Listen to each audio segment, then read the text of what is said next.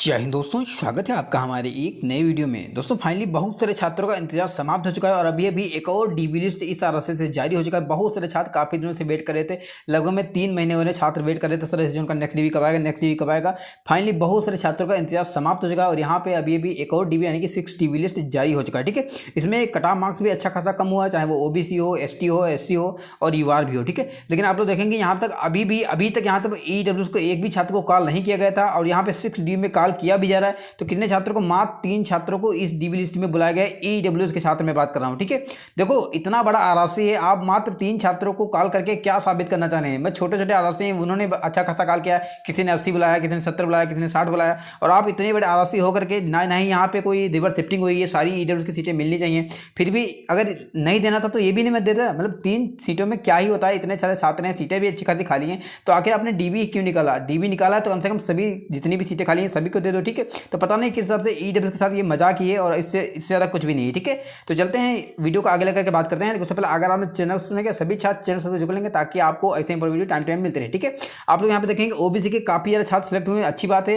SC के भी हैं, एसटी के भी हैं और यहाँ पे देखेंगे ईडब्ल्यूएस के कितने कम छात्र हैं। आप लोग देख जाएंगे कि इतनी एक तो 1 साल से ऊपर वाला छात्र वेट कर रहे हैं हमारी सीटें कब आएंगी कब आएंगी, और जब आती हैं तो मात्र 3 सीटें आती हैं। 3 सीटों में छात्रों का क्या ही हो जाएगा। ठीक है, तो चलते हैं वीडियो को आगे लेकर के बात करते हैं। सब कुछ देखने वाले हैं, किस कैटेगरी की कितनी सीटें हैं, कट ऑफ कितना कम हो, सब कुछ हम देखेंगे। ठीक है, तो चलते हैं वीडियो को आगे लेकर के बात करते हैं। उसके बाद अगर हम चैनल सब्सक्राइब सभी साथ चैनल सब्सक्राइब जरूर कर लेंगे। अगर आप हमारे टेलीग्राम ग्रुप में नहीं जुड़े तो हमारा टेलीग्राम का लिंक वीडियो के डिस्क्रिप्शन में दे रखा है, आप लोग टेलीग्राम से जुड़ जाइएगा। थोड़ा मैं जल्दी में हूँ क्योंकि ये इन्फॉर्मेशन आप तक जल्दी तक पहुँचानी है। ठीक है, तो थोड़ा आप लोग एडजस्ट कर लीजिएगा। अब चलते हैं आगे।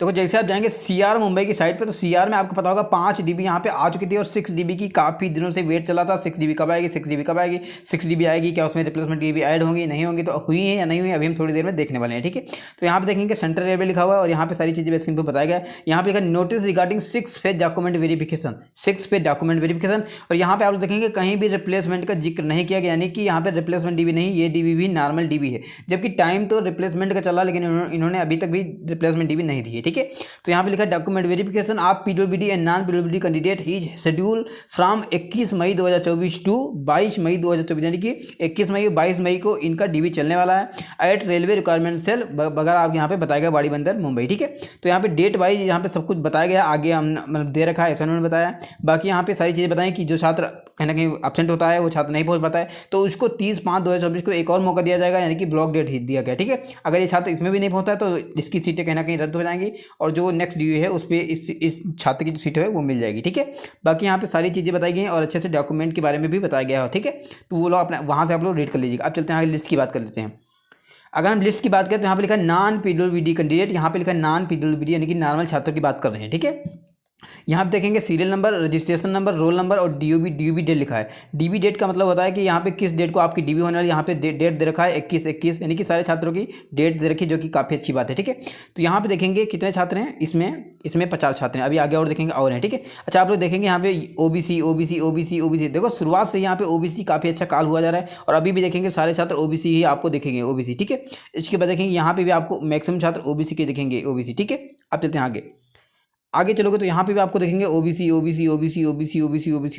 सारे छात्र ओबीसी के हैं। इसके बाद इसमें देखेंगे यहाँ पे भी सारे छात्र ओबीसी के ही आपको दिखेंगे। ठीक है, तो कुल मिलाकर आप देख सकते 62 के 62 छात्र यहाँ पे ओबीसी के छात्र हैं इस लिस्ट में। ठीक है, आगे चलते हैं, एक और लिस्ट है, इसमें देखेंगे यहाँ पे भी नॉन पीडब्ल्यूडी लिखा है, यहाँ पे भी नॉन पीडब्ल्यूडी लिखा है और यहाँ पे भी देखेंगे किसके छात्र हैं, registration number, serial number, registration number, roll number, यहाँ पे डीबी डेट। ठीक है, 22 मई।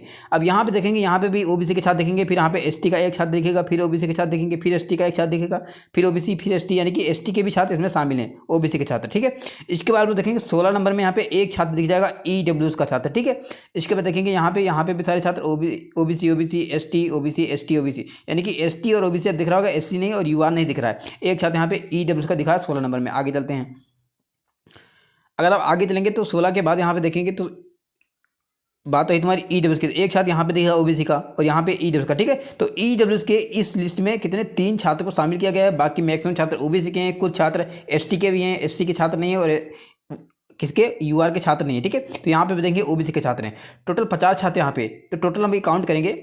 आगे चलते हैं, आगे देखेंगे पीडब्ल्यूडी की लिस्ट है, यहाँ पे देखेंगे टोटल कितने 11 छात्रों को कॉल हुआ है और यहाँ पे देखेंगे यहाँ पे भी एससी के छात्र हैं, एसटी के बाद ओबीसी के छात्र हैं, एसटी के छात्र हैं, इसके बाद एसटी के छात्र हैं, इसके बाद मतलब ओबीसी एसटी के छात्र हैं, ठीक है। तो 11 छात्र यहाँ पे हैं टोटल। अगर हम काउंट करें तो यहाँ पे एक 62 हो गया, इसके बाद हमने देखा 50 और इसके बाद 11, इसके सभी को ऐड करेंगे तो यहाँ पे हो जाएगा 3, यहाँ पे हो जाएगा 123 छात्रों को इस डीबी लिस्ट में कॉल किया गया है, 123 में, जिसमें आप लोग देखेंगे 100% छात्र उसमें किसके हैं, ओबीसी के छात्र हैं। इसके बाद 3 छात्र हमारे ईडब्ल्यूएस के हैं, बाकी छात्र किसके हैं, बाकी कुछ छात्र ऐसे हैं जो एसटी के हैं, कुछ छात्र एससी के हैं, ठीक है। यूआर के एक भी छात्र को कॉल नहीं किया गया, हो सकता है सीटें ना खाली हो, ठीक है।